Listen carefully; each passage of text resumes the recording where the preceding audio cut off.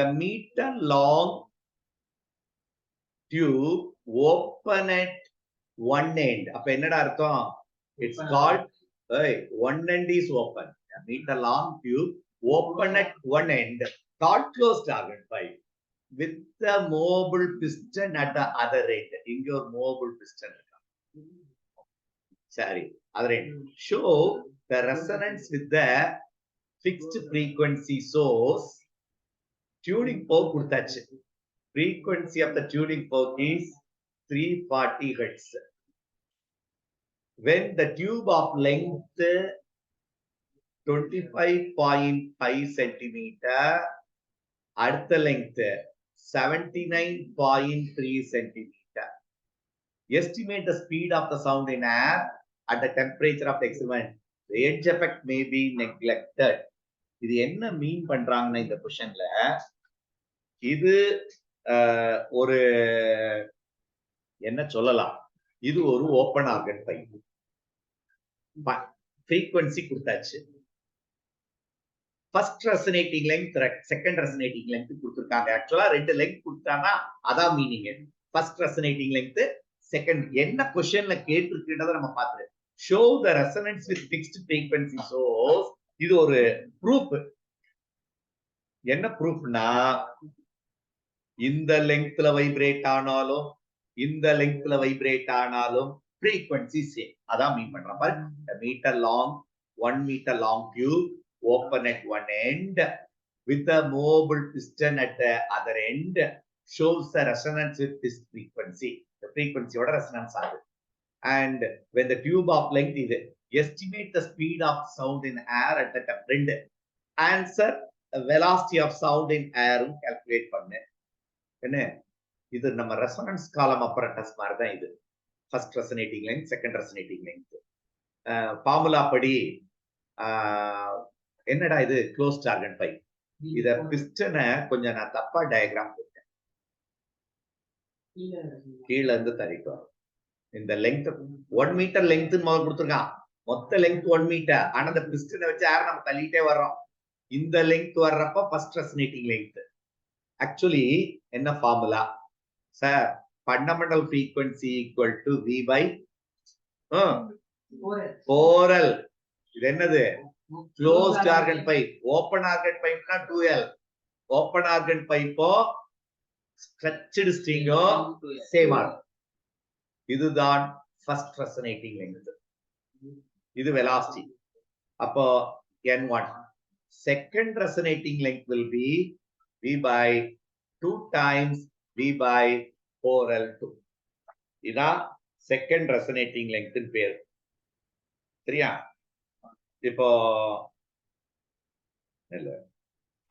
இப்போ ஆக்சுவலா இந்த ஃபார்முலா எப்படி பிராக்டிக்கலா அந்த ரெசனன்ஸ் காலம் அப்பரட்டஸ்ல வெலாசிட்டி கண்டுபிடிப்போம்னா, அதை நான் உனக்கு பிராக்டிக்கலா சொல்லி தந்துடுறேன்.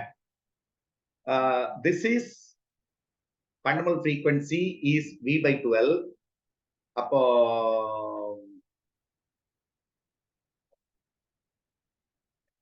L1 plus E resonance length will be, first case என்ன வரும்?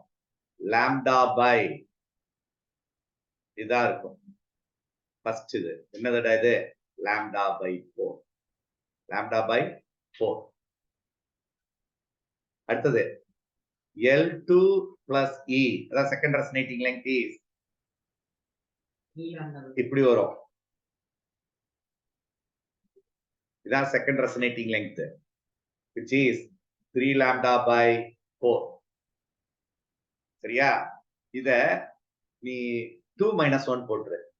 L2 minus L1 equal to lambda by 2.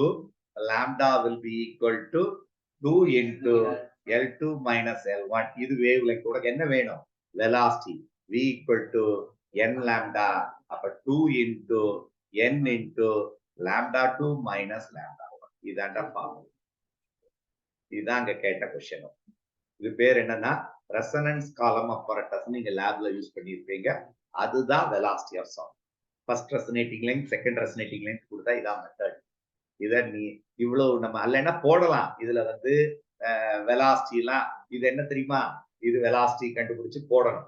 frequency first resonating frequency இது second resonating frequency 2 times the first resonating வைக்கணும். அதோட இது ரொம்ப ஈஸியான மெத்தட்.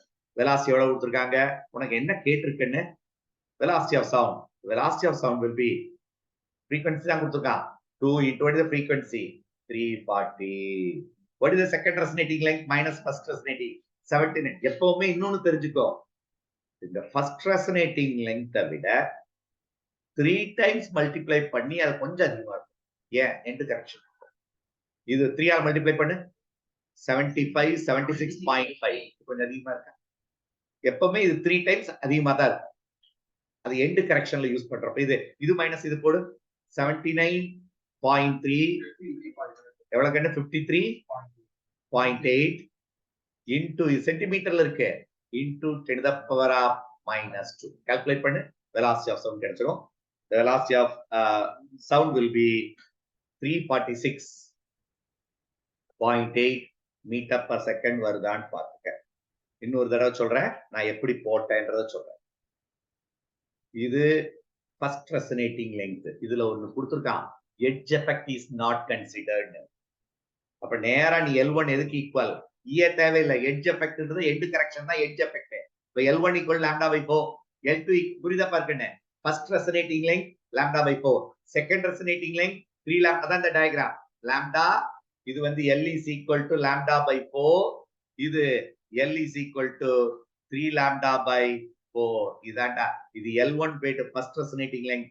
இது அதை விட லெங்த் கொஞ்சம் அதிகம் செகண்ட் ரெசனேட்டிங். நான் என்ன பண்ணிருக்கேன், இந்த எண்ட்ல வேண்டாம் 2 - 1 போட்டு இது 1 இது 2 2 - 1 போட்டுப்பேன். அதான் இந்த form. L2 - L1 = lambda by 2. அதுல இருந்து lambda வெளியே எடுத்தாச்சு. frequency of the tuning fork அவன் கொடுத்திருக்கான் பாரு, அதெல்லாம் மல்டிப்ளை பண்ணி ஆன்சர் கிடைச்சு. Can we go to the next question? எது ஓபன் ஆர்கன் பைப்புக்கு? ஏய் அது ரொம்ப ஈஸிடா, lambda by 2 டா. அது என்ன வரும், ஃபண்டமெண்டல் frequency. இது closed organ pipe. Open organ pipe இப்படி இருந்திருக்கும். என்ன? L will be equal to lambda by 2. Second length, first resonating length. Second resonating length will be 3 lambda by 2 ஆகும். 3 lambda by. இதான் ஓபன் ஆர்கன் பைப். இது closed organ pipe. L1 equal lambda by 4, L2 equal 3 lambda by 4. ரெண்டு தெரிஞ்சிச்சுன்னா wave length கண்டுபிடிச்சிடலாம். Wave லெங்த்ல இருந்து velocity கண்டுபிடிச்சிடலாம். ஃப்ரீக்வென்சியால multiply. நல்லா புரிஞ்சுக்கோ. இந்த எக்ஸ்பெரிமெண்ட் ஆக்சுவலா எங்க இருந்து வருது? ரெசனன்ஸ் காலம் அப்பரண்டஸ். அது நான் எடுத்தேன், கிளாஸ்ல எடுத்தேன், பாத்துக்கங்க.